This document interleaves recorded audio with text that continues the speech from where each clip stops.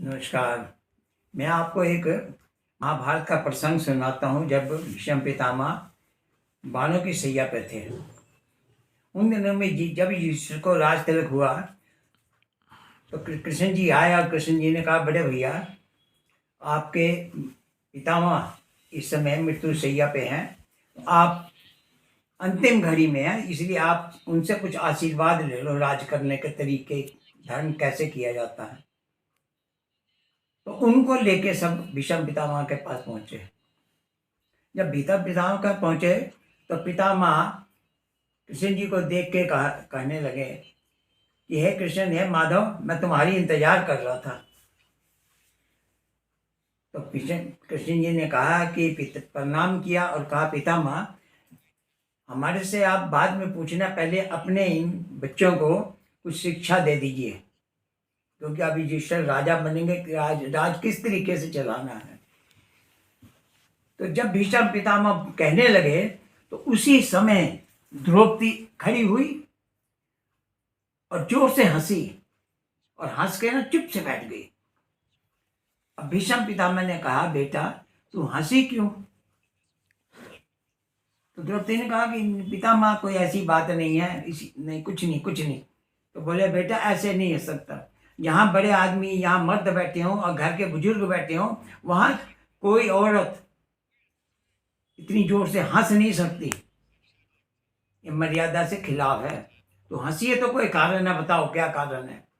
तो चुप। तो कृष्ण जी ने कहा, अरे बहना बता देना जो तुम्हारे दिल में है। तो द्रौपदी ने कहा कि पितामह जब मेरा चीरहरण हुआ था उस समय तो आप वहाँ थे, तब आपके अब जो आप धर्म का उपदेश देने लगे हैं उस समय आपका धर्म कहाँ चला गया था। तो भीष्म पितामह ने कहा कि बेटा तुमने अच्छी बात पूछी है। एक कहावत भी है कि जैसा खाओ अन्न वैसा होता है मन। तो मैं दुर्योधन का जो नीच आदमी था, पापी था, उनका दुष्ट था, उनका मैं अन्न खाता था तो मेरी बुद्धि बलीन हो गई थी, इसीलिए मैं नहीं कुछ बोल सका, सब देखता रहा अपनी आंखों से।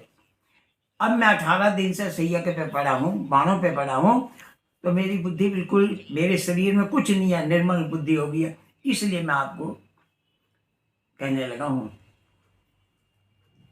जब उन्होंने बात कही तो कृष्ण जी ने कहा, पितामह अब आप पूछो। तो उन्होंने पूरी उनको बताया कि राज कैसे करना, क्या धर्म का काम है, क्या नहीं, पूरी उनको सारे तरीके बताए। फिर उन्होंने कृष्ण को कहा कि माधव, मैं तुम्हारे से एक बात पूछना चाहता हूँ। ये तो मुझे पता है कि आप पर भगवान हो, फिर मेरे को अपने कई जन्म याद हैं, मैंने कभी किसी जन्म में पाप नहीं किया, और आप कहते हैं पाप की सजा मिलती है। मुझे ये बाणों पे आज पड़ा हूं, किस बात की सजा है?